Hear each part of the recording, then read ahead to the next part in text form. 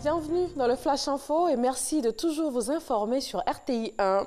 À Yamoussoukro, la capitale ivoirienne, la plénière de ce vendredi met fin aux travaux du Sénat ouverts mercredi dernier. 90 sénateurs sur les 99 de la Chambre ont adopté les projets de loi relatifs à la recomposition de la commission électorale indépendante et aux échanges électroniques entre usagers et autorités administratives et entre autorités administratives. Cette première réunion publique marquant le fonctionnement du Sénat a donné l'occasion à son président d'appeler la classe politique à la responsabilité pour des élections apaisées. Le programme social du gouvernement a 6 mois. À ce jour, plus de 700 milliards de francs CFA ont été mobilisés, dont plus de 300 déjà engagés pour la réalisation des projets du programme. Ces projets se déclinent en 8 axes stratégiques, dont la santé, l'éducation, l'électricité et l'emploi. Et selon le bilan dressé par le porte-parole du gouvernement, le ministre Sidi Touré, les perspectives fixées pour l'échéance 2020 sont en bonne voie de réalisation. Bitumage de l'axe routier Azopé-Yakassé à Tobrou. Les travaux sont achevés depuis février 2018. L'inauguration de cet ouvrage long de 23 km est annoncée pour ce samedi 3 août en présence du chef de l'État. Pour se déplacer, pour aller à Azopé, il fallait se voiler tout le corps, le nez, se cacher le visage, sauf les yeux. Vraiment, c'était le calvaire. De tels témoignages sont légion ici à Yakassé à Tobrou, localité située à une centaine de kilomètres d'Abidjan. Le bitumage des 23 km qui la sépare d'Adzopé, le chef-lieu de région, a mis fin à plusieurs décennies d'enclavement.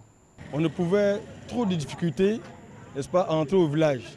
Avec l'infrastructure, surtout le goudron qui vient, n'est-ce pas, d'être conçu, ça facilite le transport et le dynamisme, n'est-ce pas, de la région a commencé à répandre. Soulagement pour les quelques 80 000 habitants du département, mais surtout une contribution à l'essor économique de cette zone à forte potentialité agricole. Les produits, que ce soit vivriers ou prix de rente, vont rapidement à Zopé, par ricochet vers Abidjan, notre capitale. Les opérateurs économiques de la région ont désormais un accès plus facile à leurs fournisseurs. Un chargement qui est à Abidjan peut faire 2 jours sur la route avant d'arriver à Yakassé à Tobrou. Aujourd'hui, grâce à la route qui a été bitumée pour nous, donc au moins de 1 heure, l'accès est arrivé rapidement pour nous.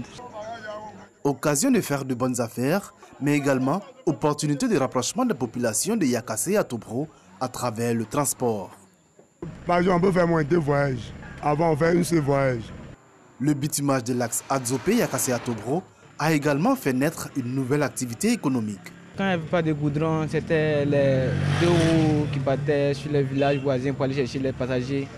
Maintenant, quand ils ont rentré, ils ont arrangé cette route. Là, nous aussi, on a décidé d'acheter ça pour faire commerce aussi. Ça marche bien? Oui, ça marche, ça marche. C'est en avril 2016 que les travaux de bitumage ont démarré.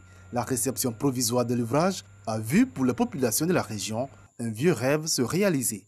La population est vraiment contente. Et elle est reconnaissante à l'égard du chef de l'État qui a pensé à notre ville, à notre commune. Ce projet a été financé à hauteur de 14,5 milliards de francs CFA. Outre le bitumage de la route principale Adzopé-Yakassé à Tobrou, ce sont 6 km de voirie urbaine qui ont été réalisés, répartis entre la commune d'Adzopé et celle de Yakassé à Tobrou. Les travaux ont duré 18 mois. La gendarmerie nationale renforce ses effectifs. Elle compte 314 nouveaux gendarmes, dont 17 officiers de la 43e promotion baptisée Droiture et 297 élèves sous-officiers de la 57e promotion dénommée Maréchal des Logis Ouattara Mamadou. Leur baptême et prestations de serment ont été présidés par le ministre d'État, ministre de la Défense Ahmed Bakayoko. Il les a invités à la discipline et à la probité. L'homme politique béninois Lionel Zinsou vient d'écoper de 5 ans d'inéligibilité et de 6 mois de prison avec sursis. La justice l'a condamné pour dépassement de frais de campagne électorale et usage de fausses attestations. Lionel Zinsou est l'ancien premier ministre de Boni Yayi qui a perdu l'élection présidentielle face à Patrice Talon au second tour en 2016. Lutte contre Ebola en République démocratique du Congo. Une réunion s'est tenue hier 1er août autour du coordinateur de la riposte. Il y a été question d'essais cliniques et de vaccination.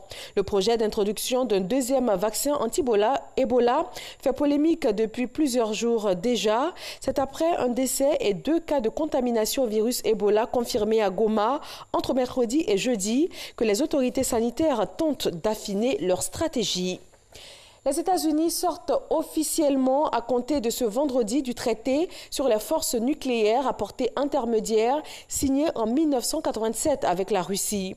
La procédure de retrait côté américain a été enclenchée au mois de février dernier. Et côté russe, le président Vladimir Poutine a ratifié le 3 juillet la suspension de la participation de son pays et faute d'évolution, le retrait des 2 pays provoque la fin du traité. Il avait permis l'élimination de certains missiles balistiques russes et américains déployés en Europe. C'est tout pour ce Flash Info. Rendez-vous à 20h sur RTI 1.